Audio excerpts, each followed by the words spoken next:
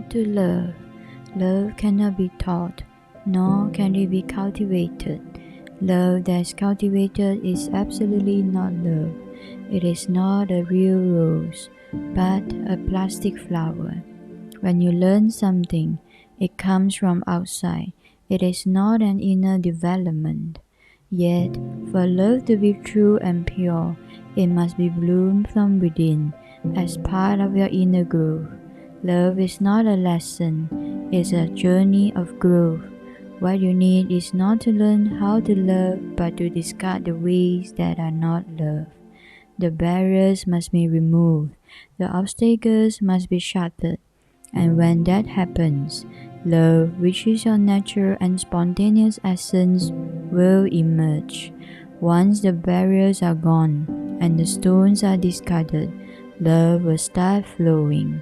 It has always been there. Hidden beneath the many stones, the spring of love already exists within you. It is your true nature. If you turn into a stone or a rock, you won't feel any anxiety because nothing inside you experiences anxiety or pain. But that is not worth it.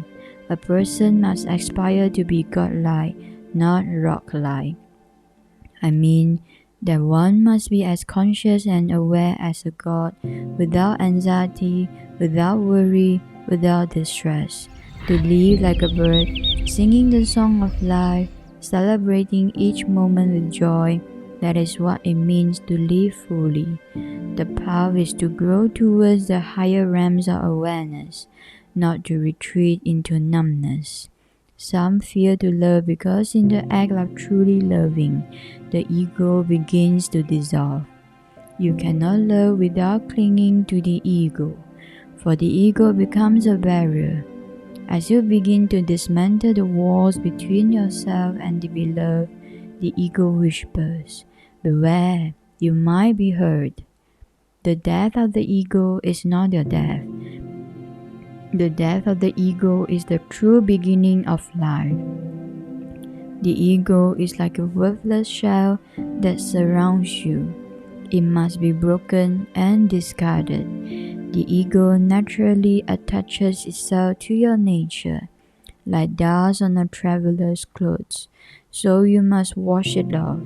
As we move through time, we accumulate the dust of our experiences, knowledge, and life background. This dust forms the ego, gradually building a shell around you, which must be broken and discarded.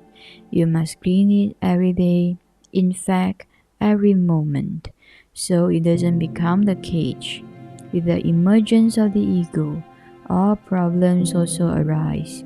The ego does not allow you to fall in love. The ego demands everyone to submit to you, and it does not allow you to submit to everyone. Yet, love can only happen when you are willing to surrender. When you force others to submit, it is unpleasant and unconstructive. This is not love. Without love, your life will lack warmth and poetry. It may become like monotonous prose or a rational, logical, mathematical formula, devoid of poetry. But how can one live without poetry? Monotonous prose and rational mathematics are necessary and practical, but living only in reason and logic brings no celebration or joy. It is boring. Poetry is essential, but to enjoy poetry, you need to surrender. You must let go of the ego.